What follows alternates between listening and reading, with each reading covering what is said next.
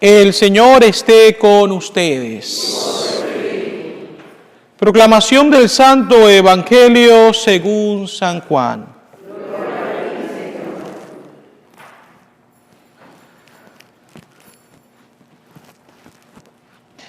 En aquel tiempo Jesús levantó los ojos al cielo y dijo: Padre, no solo te pido por mis discípulos, sino también por los que van a creer en mí por la palabra de ellos, para que todos sean uno, como tú, Padre, en mí, y yo en ti somos uno, a fin de que sean uno en nosotros y el mundo crea que tú me has enviado.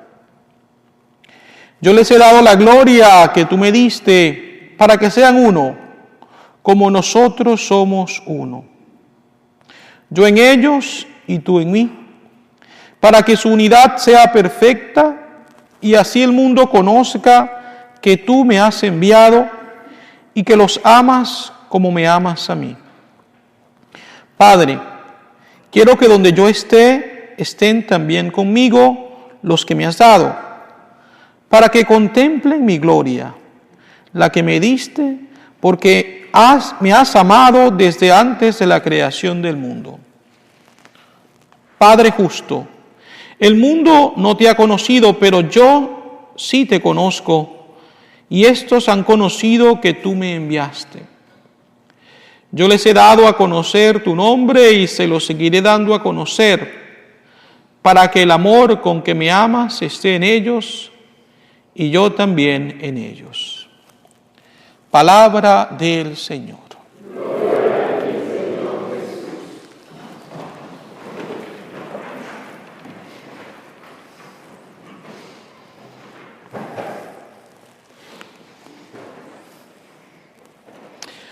Antes de su conversión, Pablo perseguía a los cristianos. Muchos de ellos eran encarcelados injustamente, otros afrontaban la muerte por el Evangelio.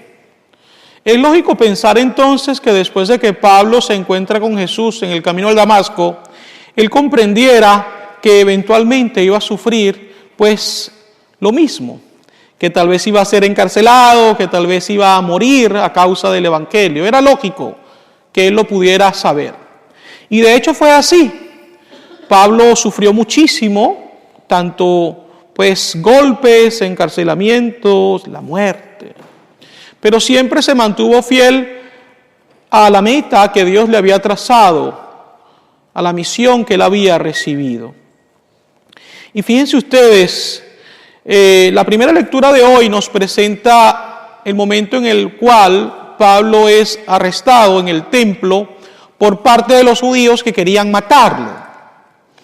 Los soldados romanos tuvieron que intervenir para salvarle la vida en ese momento, pero después, cuando lo presentan ante el Sanedrín, ante los judíos, Pablo hace algo muy astuto, muy interesante. Él era ciudadano romano y también era judío, es decir, miembro del pueblo de Israel, y por lo tanto él se vale de estas dos cosas para salvar su vida en ese momento.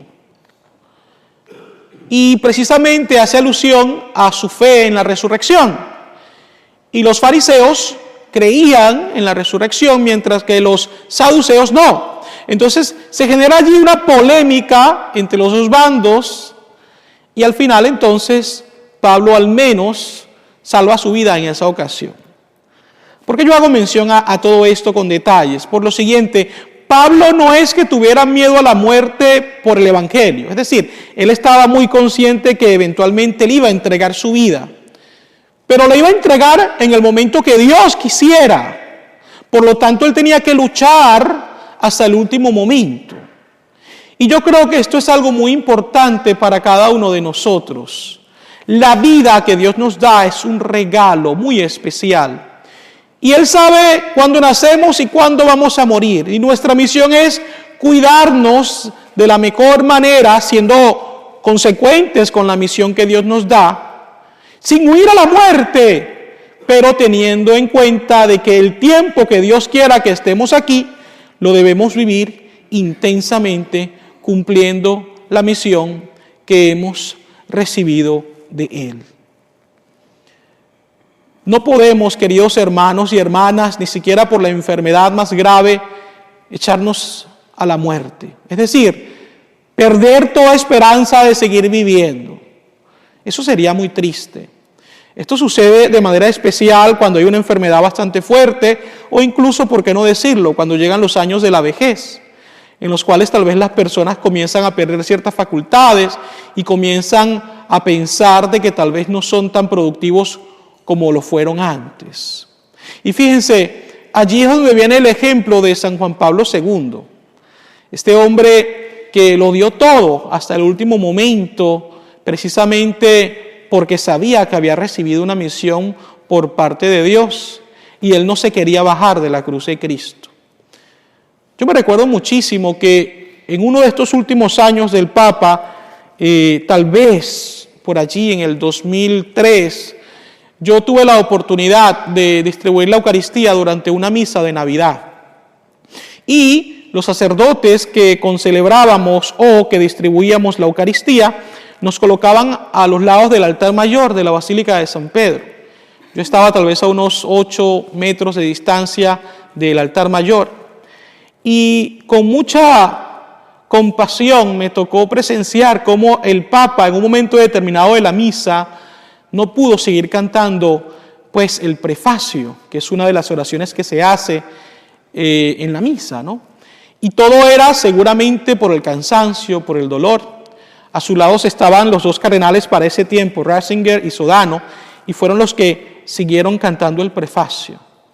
Pero yo pensaba, yo decía, un señor que tiene más de 80 años, con todas las complicaciones físicas que él tiene, pero que está allí, esforzándose por dar hasta el último aliento de vida, porque es consciente de que Dios lo tiene aquí para cumplir una misión. Y pudiéramos pensar, claro, Padre, pues era el Papa, pero es que también nosotros hemos sido creados a imagen y semejanza de Dios. También nosotros, por muy pequeños que seamos o nos consideremos, hemos recibido de Dios una misión. Así que una vida bien vivida vale la pena vivirla. Y yo les invito a cada uno de ustedes a que siempre seamos agradecidos por el llamado que Dios nos hace a vivir una vida plena para Él. Si Dios tiene en su providencia que nosotros demos nuestra vida a causa del Evangelio, que nos dé la gracia para llegar allí, pero que también nos permita vivir intensamente cada día, teniendo en cuenta la misión que hemos recibido por parte de Él. No solamente esto va dirigido a las personas mayores o enfermas. Fíjense, para nadie es un secreto que ahora, en estos tiempos, también hay muchos jóvenes que, dejándose llevar por dificultades, adicciones, problemas, viven una vida triste, una vida llena de sombras, algunos sin ni siquiera tener deseos de vivir. Vamos a orar por ellos, vamos a orar por esta juventud que no encuentra tal vez un sentido a la vida y que en el fondo clama por misericordia, por compasión y por amor. Hace tiempo también me tocó acompañar a un padre de un joven que se había suicidado y para mí era bastante doloroso ver esa situación por varios motivos que no voy a detallar, pero lo que se venía siempre en mi mente era increíble, ¿no? Como un joven de tal vez unos 22, 23 años hubiera decidido acabar con su vida cuando apenas estaba comenzando a vivir. Sabemos que cuando las personas llegan a ese momento lo hacen porque tal vez se encuentran en un punto muy bajo emocional y por lo tanto hay que pedirle a Dios que tenga misericordia de ellos, pero que también nosotros, si podemos ayudar en algo, sobre todo a incentivar a los jóvenes a luchar, a tener conciencia de que la vida es un don de Dios, que lo hagamos y que sobre todo les demos a ellos confianza en que sus acciones pueden generar siempre un bien, no solamente para ellos, sino para tantas personas que los necesitan. El Evangelio nos presenta a un Jesús que una vez más vuelve a orar por nosotros. Fíjense, con frecuencia las personas dicen, Padre, ore por mí que usted está más cerca de Dios. Bueno, eso es relativo, ¿verdad? Porque todos nosotros somos hijos de Dios, todos nosotros somos escuchados por Dios. El sacerdote bien es cierto de que tiene una misión de guiar al rebaño, pero al final de cuentas Dios escucha la oración de todos, de los buenos, de los malos, de los consagrados, de los laicos. Es decir, porque Dios es un Dios que no hace distinción. Pero es bonito cuando uno siente que alguien está orando por uno. Es bonito. Y fíjense, pasa en algunas ocasiones que las personas se le acercan a uno, cosa que yo agradezco mucho, y me dicen, Padre, estoy orando por usted, o estoy orando por su familia. Esas son cosas que uno agradece grandemente. ¿Y cómo no estarás agradecidos de Jesús que ora por nosotros? Jesús dice, no solamente te pido por mis discípulos, te pido por los que creerán por medio de su palabra, de su testimonio. Es decir, Jesús está haciendo referencia a nosotros, porque nosotros hemos recibido el Evangelio gracias a la misión inicial apostólica, pues de estos primeros hombres que decidieron seguir esa misión que Dios les había encomendado. Jesús pide por nosotros porque sabe que necesitamos de la gracia de Dios para vivir una vida cercana a Él. Pero algo muy interesante, con lo cual quiero terminar esta reflexión, es que Jesús pide para que seamos uno, como Él y el Padre son uno. Es decir, la unidad, queridos hermanos y hermanas, es especialmente un don de Dios. Y fíjense, hay una diferencia muy grande entre unidad y uniformidad.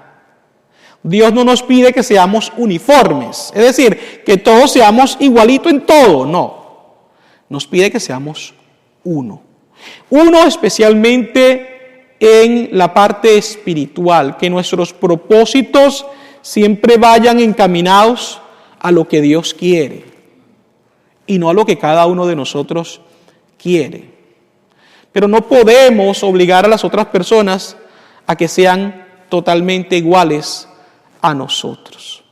Y eso es lo que pasa en algunas ocasiones cuando nosotros queremos evangelizar a las personas y que tengan un encuentro con el Señor y nos frustramos porque tal vez queremos que ellos sean como yo soy.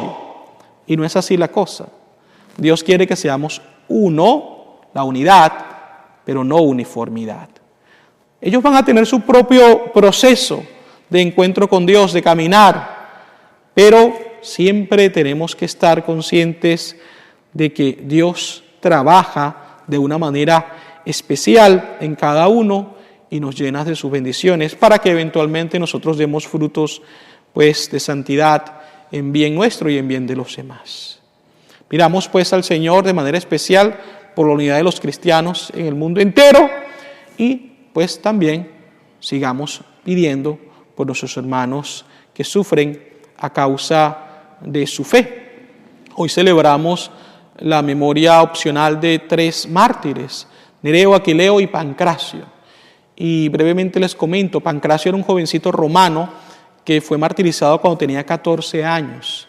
Su padre también había sido martirizado. Su madre, después de que él muere, toma con unos algodones un poco de la sangre derramada por el padre, mártir, y la colocó en un relicario.